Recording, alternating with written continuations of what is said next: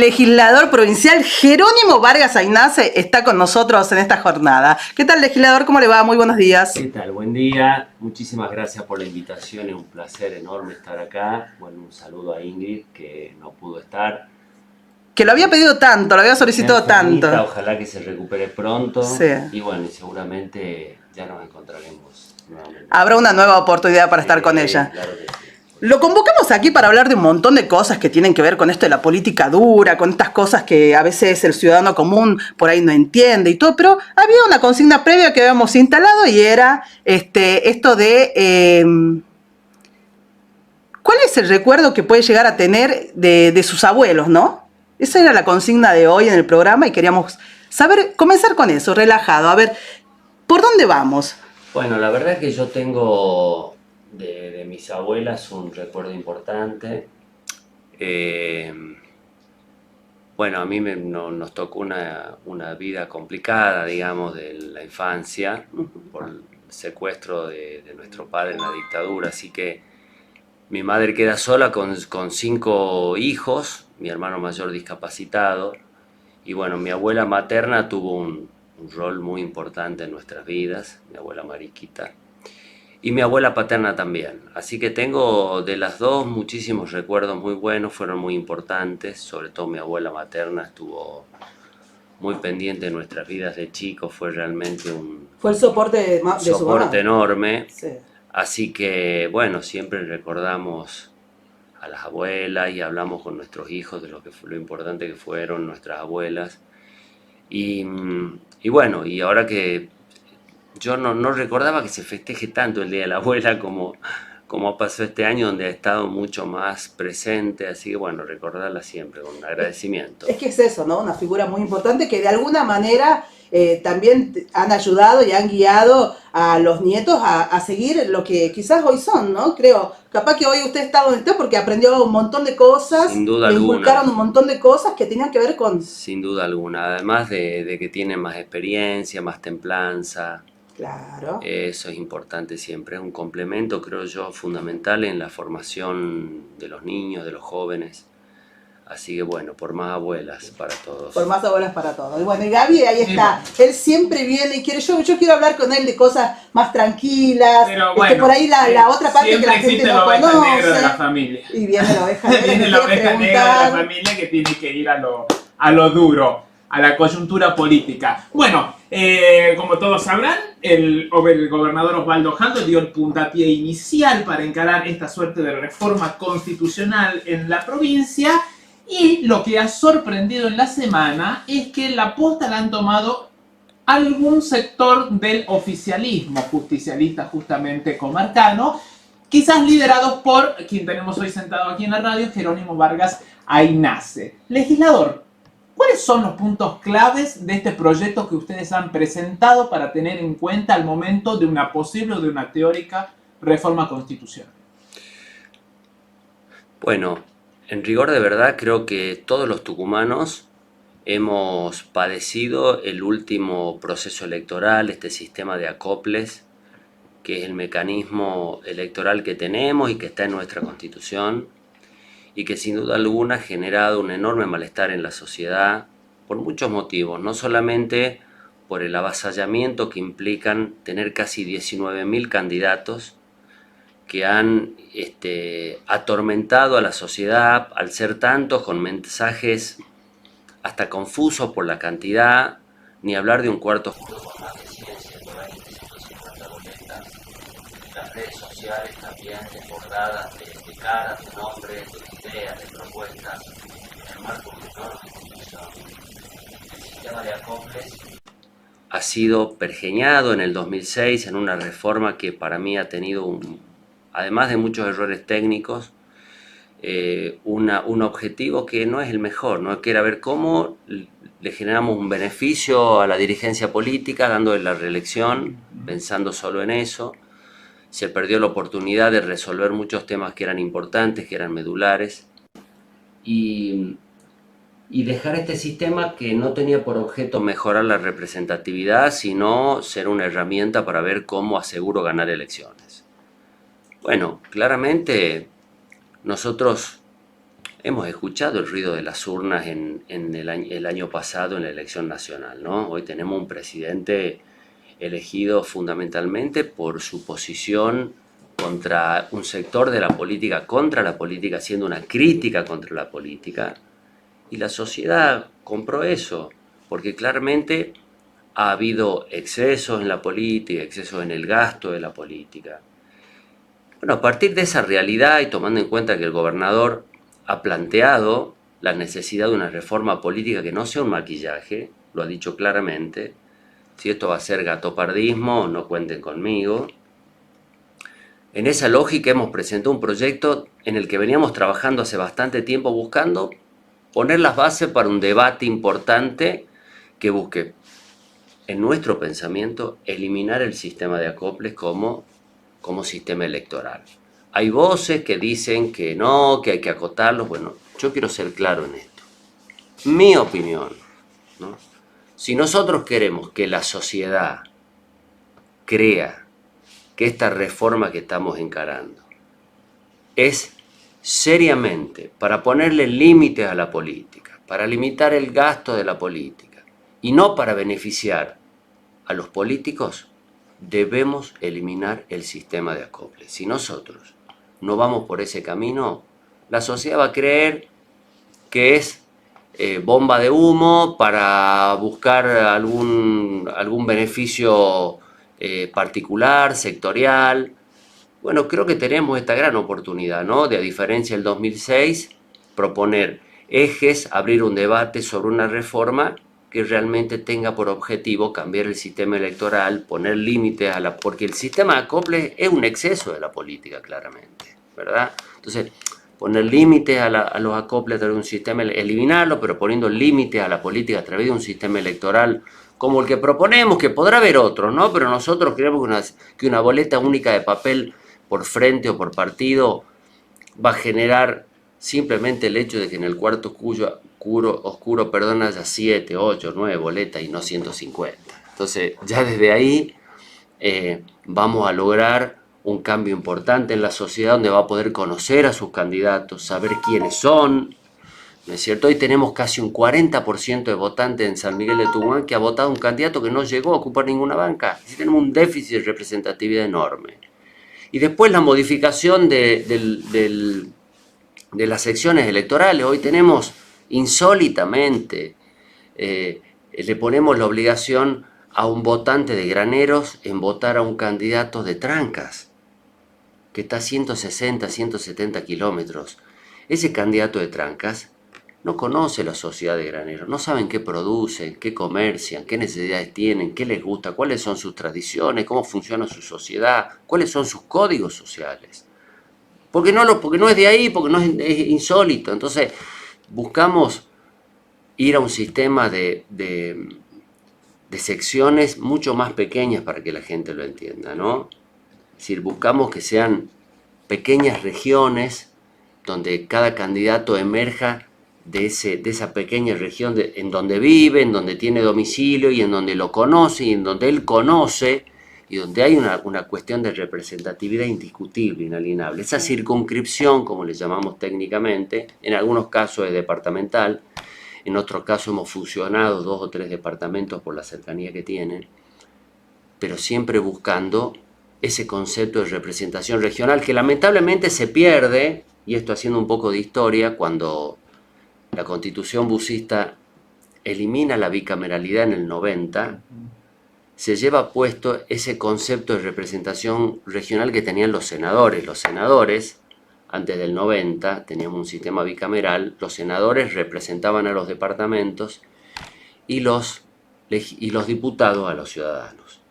Cuando se modifica, pasamos a la unicameralidad, establecemos 3 secciones electorales absurdas, ¿no es cierto? Y nos llevamos puesto ese concepto tan importante del arraigo del candidato y que genera esa representatividad comarcana con la gente que vive en su cercanía. Bueno, creo que entre otros temas, y muchos más, el concepto de servicio público, de servidores públicos, nosotros no podemos tener un poder judicial que tiene una feria de 45 días al año. Si tribunales no puede estar cerrado 45 días al año. Eso es una cosa ilógica. Esto no quiere decir ir en contra de derechos de ningún trabajador, porque esto es una cuestión de organización, pero tribunales tienen que estar abiertos los 365 días del año. Concepto de servicio público, de servidores públicos. Como la legislatura no puede tener más periodos de sesiones ordinarias, extraordinarias. No, acá hay que trabajar del 1 de enero al 31 de diciembre. Son todos los días sesiones ordinarias. Hay que gestionar, hay que representar a la gente, hay que debatir, hay que llevar propuestas. Bueno, los 24/7, los 365 días del año. Ese concepto, ese cambio de paradigma en el concepto de servidores públicos, nos parece que entre otros muchísimos temas tienen que impregnar esta nueva reforma, incorporando derechos de cuarta generación, la seguridad como un derecho humano, el derecho a la conectividad. Hoy, el que no tiene acceso a la conectividad se convierte en un analfabeto digital y ser un analfabeto digital es perder enormes oportunidades en relación a los demás. Y esto el Estado lo tiene que garantizar. Nosotros tenemos que tener un acceso a la conectividad para todos los tucumanos como un derecho inalienable, donde hay que invertir y ocuparse de que esto esté resuelto, porque hoy el que no tiene este acceso, lamentablemente, quedan muchos pasos atrás que el que lo tiene. Entonces, ese concepto de igualdad del acceso al conocimiento tiene que ver con este derecho humano a la conectividad, como la posibilidad concreta de que los fondos de coparticipación se distribuyan automáticamente a los municipios y no por vías discrecionales, por cuestiones de amiguismo, de partidismo. Si lo que queremos es hacer un sistema institucional transparente y serio, bueno, vamos a repartir, vamos a distribuir, vamos a terminar con el pacto fiscal y vamos a distribuir los fondos de la coparticipación de manera automática, de acuerdo a ítems que son indiscutibles: cantidad de habitantes de un municipio, kilómetros cuadrados que tiene, servicios que presta y no presta, buscando federalismo interno también. Tanto nos quejamos de la falta de federalismo nacional, bueno, lo tengamos acá también, ¿no es cierto? Hay 13 comunas rurales en Tucumán que tienen más habitantes que algunos municipios. Sí. Y la diferencia de servicio es enorme. Vos te vas, por ejemplo, yo te doy un ejemplo, a Seville Redondo. Es una ciudad, y el déficit de servicio que tiene precisamente porque es una comuna. Y te vas a Burruyacu y es una maravilla. Jorge Leal tiene una gestión impecable. Tiene menos habitantes que Seville Redondo y es un municipio y es gente seria. Tiene más ingresos.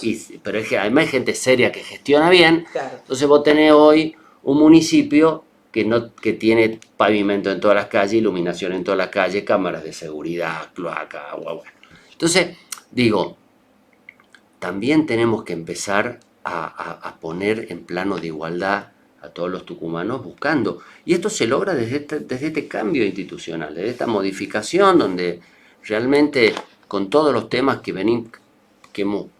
he podido hablar con ustedes, vemos cuántos temas hoy son medulares y sí van a mejorar la calidad de vida en tanto y en cuanto lo llevemos adelante. Quizás hoy los problemas de la sociedad son que no le alcanza para pagar la luz, que el gas ha llegado con un aumento descomunal, que el 70% de los ingresos, que el 70% de los hogares argentinos tienen un problema de costos, tienen más costos que ingresos. Entonces realmente la situación es de una extrema complejidad.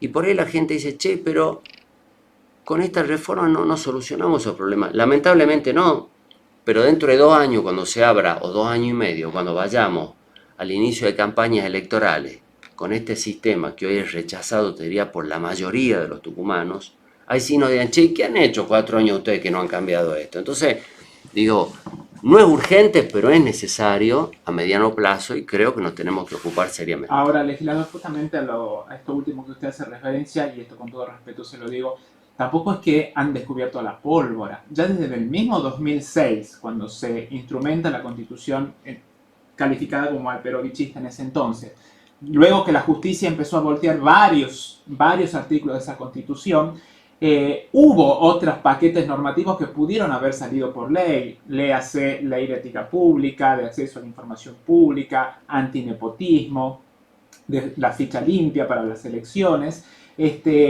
con un oficialismo en mayoría en la Cámara y no lo han hecho. O sea, hubo una desidia, hubo una falta de interés, hubo quizás sacarle provecho al sistema actual que tenemos. ¿Y por qué ahora recién esta desesperación? Y usted dijo, bueno, hubo un cambio a partir de diciembre con la elección de un presidente libertario.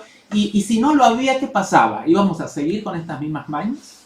Es buena tu pregunta y tu reflexión, es sensata. Además, yo puedo hablar por Jerónimo Vargas Aynace, no por los demás.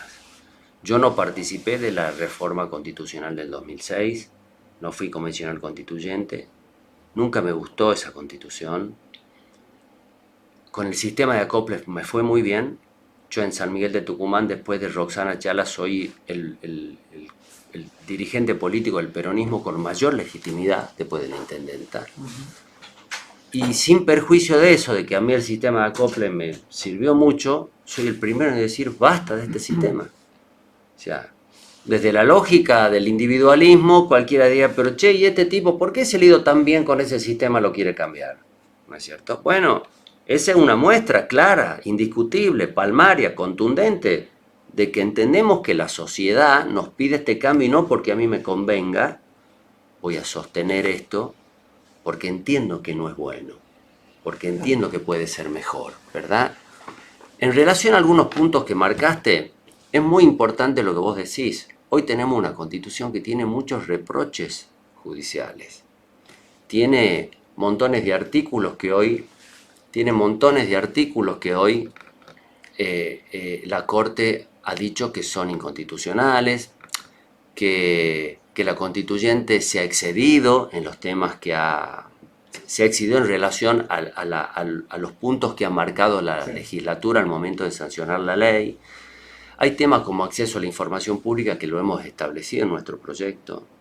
Hay temas vinculados a la ética pública que son discutibles. Lo de ficha limpia es importante, pero también es discutible. Nosotros tenemos principios constitucionales que son claros, que es la inocencia hasta que haya una sentencia firme. Entonces, a ver, si alguien no es culpable, tampoco le podemos vedar la posibilidad de que participe en una elección. Digamos, hay temas que suenan lindo, ¿no es cierto? Pero lo tenemos que abordar seriamente para no vulnerar ni alterar derechos, porque estamos hablando de una reforma de la Constitución. Entonces tenemos que entender que tenemos una pirámide jurídica donde el vértice superior es la Constitución Nacional y los tratados internacionales, y hacia abajo tenemos que ir construyendo un plexo normativo provincial que no esté en contra de lo que propone la Constitución Nacional, ¿no? Que sea en concordancia, que sea siguiendo lineamientos y no yendo en contra, porque si no vamos a cometer el error del 2006, ¿no? Vamos a chocar la Constitución a la vuelta de la esquina. Entonces, yo lo que creo es que nosotros lo que tenemos que buscar es que la sociedad crea que esto es pensando en la sociedad y no pensando en los políticos. Y la clave de esto es la eliminación del sistema de acoples. Bien. En la semana el vicegobernador a cargo de la gobernación de la provincia como que salió a marcar un poquito la cancha al mandatario Osvaldo Jaldo, marcando algunas diferencias en lo que respecta a la posibilidad de eliminar la reelección, acotar el sistema de acoples, no su eliminación total. Además pidió que no se vote en la misma elección nacional, que se diversifique la elección de nacional con la de convencionales constituyentes. ¿Hay una cierta interna dentro del PJ con respecto a esto? ¿Y por qué mi pregunta? Porque muchos dicen que detrás de este proyecto de usted y algunos de sus pares puede estar la sombra de Juan Mansur. Bueno, en primer lugar, descartar eso de plano. Juan Mansur no tiene nada que ver con este proyecto. Segundo, es lógico que el gobernador y el vicegobernador tengan miradas distintas sobre algunos temas. Yo también, a ver, yo tengo una excelente relación con Miguel Acevedo y él ha planteado la posibilidad de que los acoples no desaparezcan. Sí. Y Jerónimo Vargas Aynace y los 4 legisladores que hemos firmado el proyecto queremos que se elimine el sistema de acoples, ¿no?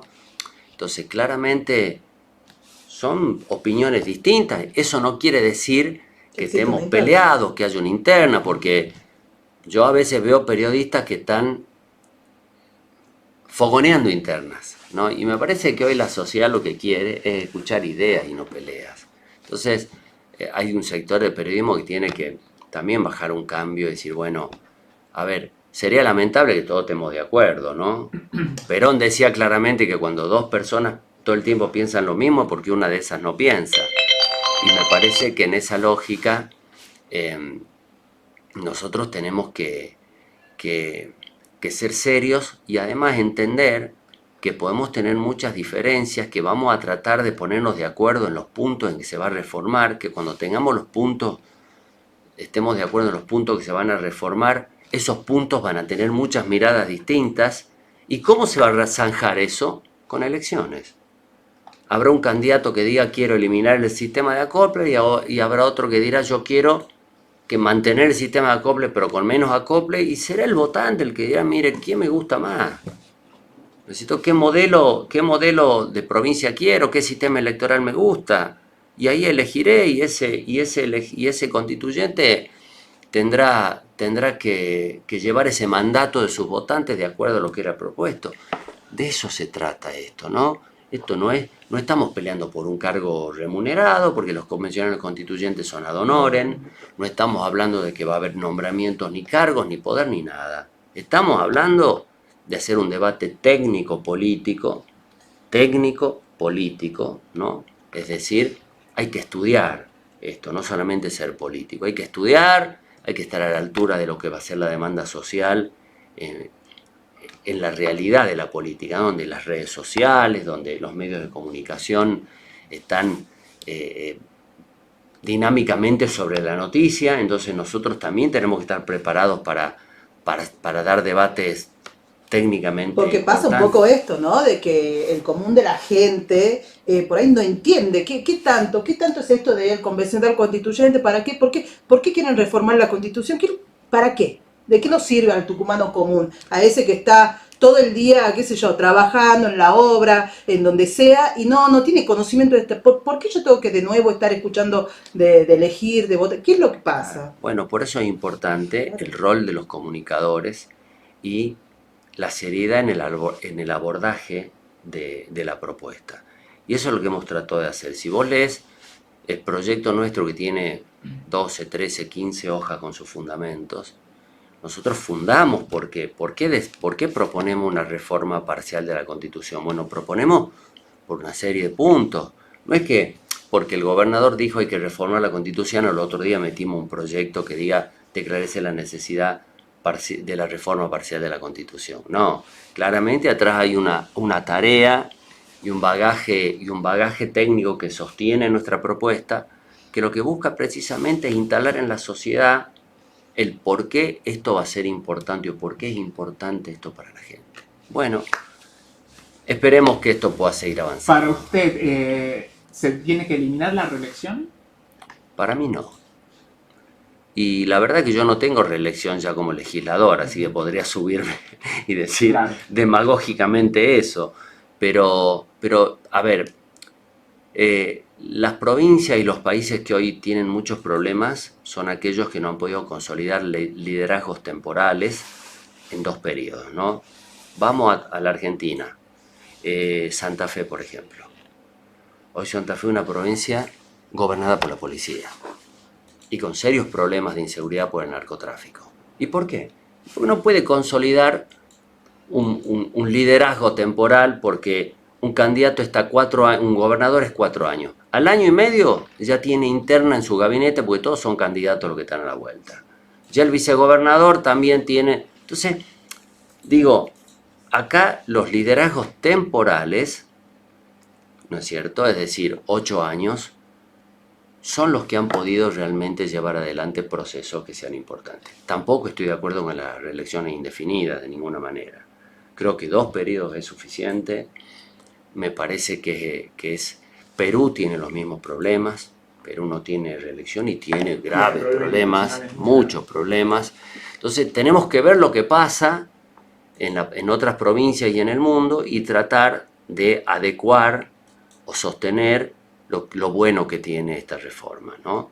Y a partir de allí ver qué es lo que podemos mejorar, haciendo hincapié, me parece a mí, en el tema del sistema electoral. Ahora, vaya paradoja, si es que se realiza la reforma de la Constitución, sería con la reglamentación electoral vigente. O sea, con un sistema de acoples. Espero que la dirigencia política esté a la altura y no vayamos otra vez al cuarto oscuro carnavalesco que vivimos experimentando. Me parece muy buena tu reflexión también. Estamos hablando de que acá es ser convencional y constituyente, una tarea de 90 días, no rentada, no se paga un sueldo, ni tiene asesores, ni tiene cargo, ni tiene nada. Entonces acá los que participen son los que tienen vocación real de estar a la altura de un debate, y yo creo que va a haber una oferta electoral muchísimo menor y que realmente la sociedad va a poder elegir y va a poder escuchar las propuestas de sus candidatos, y eso me parece muy importante. Lo llevo un poquito al ámbito nacional, obviamente emparentado con el local. ¿Cómo le cae a usted esta relación casi simbiótica entre el gobernador y el presidente Milei? Bueno, todos sabemos que hoy Tucumán necesita recursos para poder sostener su ritmo de obra. Estamos terminando la cárcel penal de Benjamín Paz, que es una cárcel muy necesaria.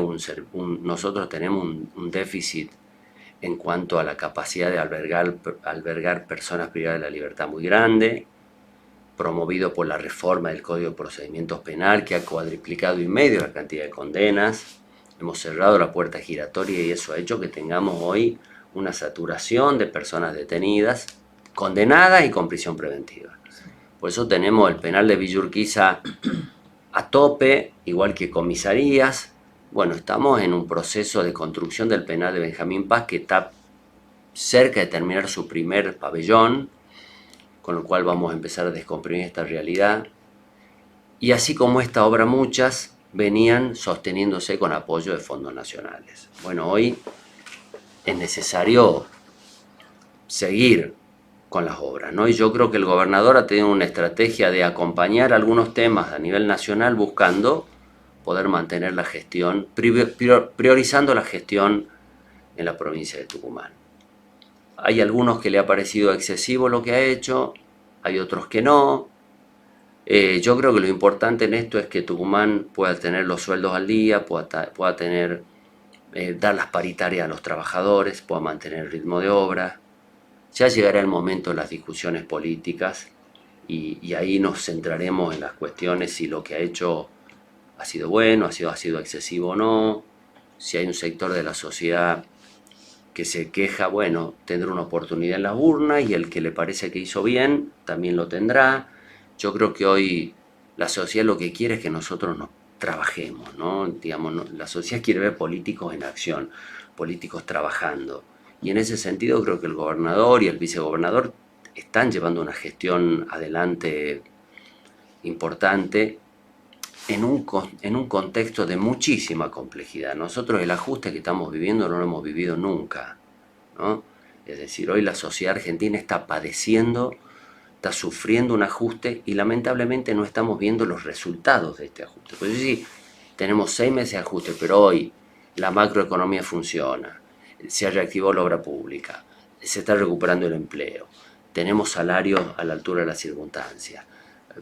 No, hoy vos salís al microcentro y te ves negocios cerrados, recesión, hablas con los comerciantes, nadie le alcanza. Es decir, hoy la situación es gravísima. Hoy estamos al borde de un colapso, la recesión, la caída del consumo, el aumento de los costos de vida, de los servicios. Es todo muy difícil. Bueno, hay un tema nacional que nosotros no podemos resolver desde la provincia, pero sí tratar de generar los anticuerpos para que la gente lo padezca lo menos posible.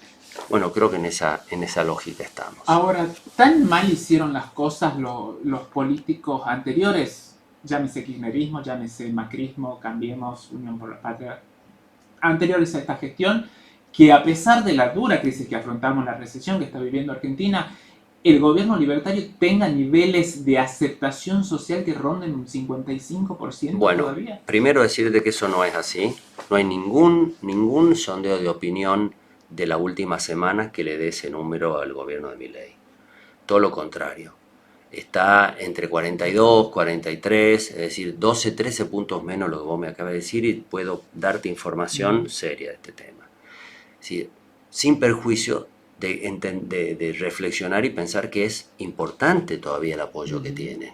Y ese apoyo que tiene es de mucha gente que ha votado con esperanza y todavía sigue creyendo, ¿no?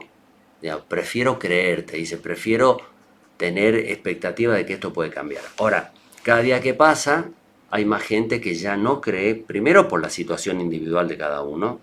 Yo hoy te decía, el 70% de los hogares argentinos está con un problema grave, ¿no es cierto?, para poder llegar a fin de mes. Ingresos. Y está en un problema grave para llegar a fin de mes porque realmente tiene un esquema de costos por arriba de los ingresos y realmente eso no le permite poder proyectar nada. ¿Y cómo funciona? Y vendió dólares, se comió un plazo fijo, se autofinancia con la tarjeta, pide préstamos, pero eso tiene un límite, eso tiene un final. Entonces, esa situación compleja, extrema, que lleva a esa familia a una situación de estrés permanente, hace que de a poco vaya minando las esperanzas que tiene en este modelo. Pero además, tenemos un presidente que no le importa lo que pasa en la sociedad, no le importa lo que pasa con Loan en Corrientes, no le importa lo que pasó en Corrientes con las inundaciones, no le importó en Misiones cuando hubo un problema de autoacuartelamiento de la policía. Es decir, no le importa lo que le pasa a los argentinos, está pensando en su instalación internacional, como un referente internacional de la extrema derecha, de pelearse con presidentes, de pelearse con su vicepresidente. Es decir, no tenemos un presidente que esté gobernando pensando en los argentinos, y eso inexorablemente va a llevar un divorcio de la sociedad con él. Lamentablemente, porque hoy lo que nos hubiera gustado es que este ajuste durísimo hubiera generado la posibilidad de que los argentinos estemos mejor. Pero debo decir algo, todos sabíamos que había que acomodar la economía, porque veníamos de una pandemia, 2 años se paralizó la economía y hubo que emitir para vacunas, para hospitales modulares, para que la policía circule, para pagar sueldos a los empleados del Estado y a los empleados privados también se les pagó sueldo. ¿No es cierto? Justamente lo que la oposición dice es todo esto que estamos viviendo ahora, toda esa plata que no alcanza, la baja en las jubilaciones, todo eso que hace que el ciudadano común, el ciudadano de a pie, hoy no tenga el ingreso necesario para llegar a fin de mes, se debe a todo ese tipo de políticas. Bueno, la pandemia fue un problema en el mundo. Claro. El problema es que nosotros veníamos de un gobierno de Macri que tomó una deuda con el Fondo Monetario de 50.000 millones de dólares y la plata no estaba. Entonces, no solamente teníamos una pandemia sin reservas, sin dólares, sin a quién pedirle prestado, sino que además teníamos una situación de una enorme complejidad en el mercado internacional. Bueno, eso, la única opción que tenía el gobierno era emitir. No había otra. Bueno, la gente tomó una decisión. El gobierno de Alberto Fernández nos prometió que nos iba a llenar la heladera y no lo logró. Y es real. Y la gente votó por un cambio y está bien. Si hubo pandemia, no hubo, la gente tomó una decisión y eso es lo que tenemos que respetar, pero también votó pensando en que había cosas de la política que no les gustaban y de los políticos que no les gustaban, ¿no? Y eso también tenemos que tomar ese guante y decir, che, acá en Tucumán, ¿qué cosas no le gusta? Y no le gusta el excesivo gasto. Bueno, el proyecto nuestro dice que la legislatura podrá tener como máximo un 4% de presupuesto del 100% de la provincia. O sea, del 100% de la provincia, la legislatura, que uno de los 3 poderes y el poder político, no puede gastar más de un 4%. Además es una de las legislaturas más caras del país. Más allá de que el gobernador dijo, bueno, que hay asistencia social. Hoy, la verdad es que hoy no. Porque además nosotros tenemos un sistema unicameral. Entonces siempre se toma la Cámara de Diputados. Y los parlamentos tienen, la mayoría de las provincias tienen 2 cámaras. Pero más allá de eso, lo importante es que nosotros pongamos un límite. Le pongamos un límite en la Constitución. Nosotros hemos tenido legislaturas de arriba del 5, casi 6% de presupuesto. Hoy decimos, no puede haber más de 4. Lo que implica que puede haber 3,5, 3,8, pero no más de 4. Como le decimos al Poder Ejecutivo, mire, no puede haber más de 8 ministerios. Porque un ministerio es el ministro, el secretario, el subsecretario, el director, el subdirector. Los directores, subdirectores son varios. Es un organigrama. Choferes, asistente, secretario, ordenanza, pito, flauta, corneta. Bueno, señores, Tucumán no puede tener más de 8 ministerios. Y nos acomodamos con eso. ¿Y por qué? Porque está en la Constitución, no se puede cambiar eso, ¿cierto? Entonces, cuando la sociedad advierta que nosotros estamos poniendo límites reales a los excesos, porque por ahí viene la bonanza económica y la gente no le importa. Bueno, no. Hay que poner reglas claras de acá para siempre, ¿no? Para que cuidemos el gasto, para que no haya excesos. Para que esa bonanza perdure. Para ser responsables en la gestión. Y esos límites los tenemos que poner inexorablemente en la Constitución. Y esa es la propuesta nuestra. Una de las últimas de mi parte, retrotrayendo un poquito al tema anterior, usted recién habló de la relación institucional entre el gobierno local y el nacional. Ahora lo llevo a la relación política. Hay voces desde Casa Rosada que dicen, especialmente la relación que mantiene el gobernador con Guillermo Francos, que le van a pedir listas amigables para el próximo año de diputados del peronismo, pero que respondan a los deseos de Casa Rosada para el recambio en la Cámara Legislativa. En caso de un posible repunte económico, puede ser o no, si el gobernador accede a esto, ¿cómo va a caer dentro de las filas del peronismo? Bueno, ojalá haya un repunte económico. De lo que vos me has dicho, lo único que me importa realmente es que haya un repunte económico y la gente pueda estar mejor. En cómo se armen las listas falta muchísimo tiempo. ¿Sabés el agua que va a correr bajo el puente hasta que se tomen decisiones? Muchísimo, falta un año. Entonces, o 8 meses hasta que se definan las candidaturas. Yo no creo, además, que el gobierno nacional le quiere imponer a Osvaldo Jaldo candidato. Eso es una operación política, no me cabe duda. Pues además, La Libertad Avanza tiene sede, tiene un partido acá, tiene un socio que fue Fuerza Republicana, tiene diputados del PRO que están vinculados, radicales, pero que están relacionados con Patricia Bullrich con bastante cercanía. O sea que tiene escenario y tiene actores, ¿no es cierto?, para subirse a ese escenario, que tienen que ver con las ideas que profesa Milei. Que Jaldo haya apoyado algunos proyectos de ley o haya acordado algunas sesiones no implica que el peronismo de Tucumán esté encolumnado, y mucho menos él.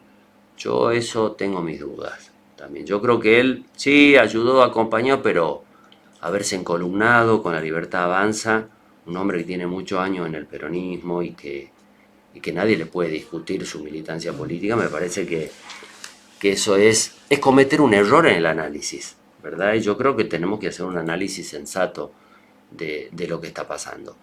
Yo creo que el peronismo sí va a tener una discusión interna, probablemente, donde hay un vicegobernador, donde hay un gobernador, donde hay un senador, que hoy es el presidente del partido, como Juan Mansur, y creo que va a haber un acuerdo, y vamos a llegar a un acuerdo con los candidatos, y el peronismo va a estar unido, y claramente vamos a ir a una elección en armonía y en paz. Hemos aprendido que las internas no son buenas, que son ordenadoras, pero no son buenas, que es la última, el último remedio que hay que encontrar. Si podemos resolverlo de otra manera, así se va a hacer, y no tengo dudas que sí se va a hacer.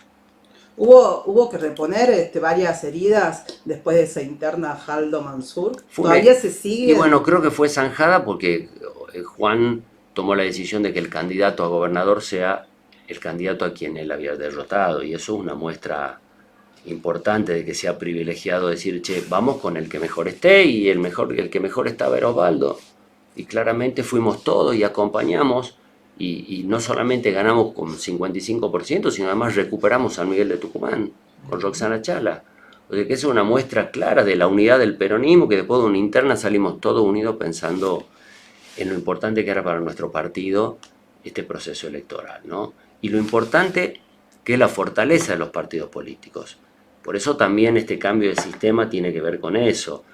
Si uno mira lo que pasa en el mundo y ve que en Estados Unidos, cuando Joe Biden decide renunciar a su candidatura a presidente, lo dice, lo hago por el bien de mi partido y de mi país. ¿No? Sí. Señores, los partidos políticos representan conjuntos de ideas, posicionamientos, mensajes claros. Es blanco o negro, yo soy blanco, no soy blanco, negro, gris, no, yo soy blanco, soy negro. Por eso digo, los debates de los posicionamientos de los partidos políticos y de sus referentes y sus exponentes tiene que ser maduro y tiene que ser serio, ¿no? Para poder fortalecerlo. Y eso creo que también la sociedad lo va a valorar. Bueno, creo que ha sido bastante interesante todo lo que nos ha vertido aquí el legislador Vargas Ignace. Han llegado un montón de mensajitos, ya lo vamos a estar leyendo.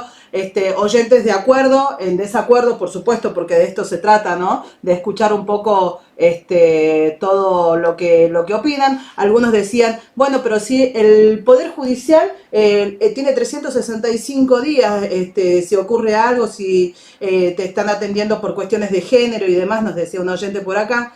Creo que se refería a otra cosa, en realidad, ¿no? Con que esté abierto los 365 días del año, ¿no? A ver, en realidad, los juzgados tienen, cuando hay una feria, sí hay asuntos de feria que se declaran, que son restrictivos, pero vos en esos 45 días, digamos, no podés impulsar procesos que muchas veces llevan mucho tiempo. Hay juicios de familia que llevan años, hay juicios laborales que llevan años, hay juicios civiles que llevan años. Que se detienen en ese periodo. Detienen, que se frenan.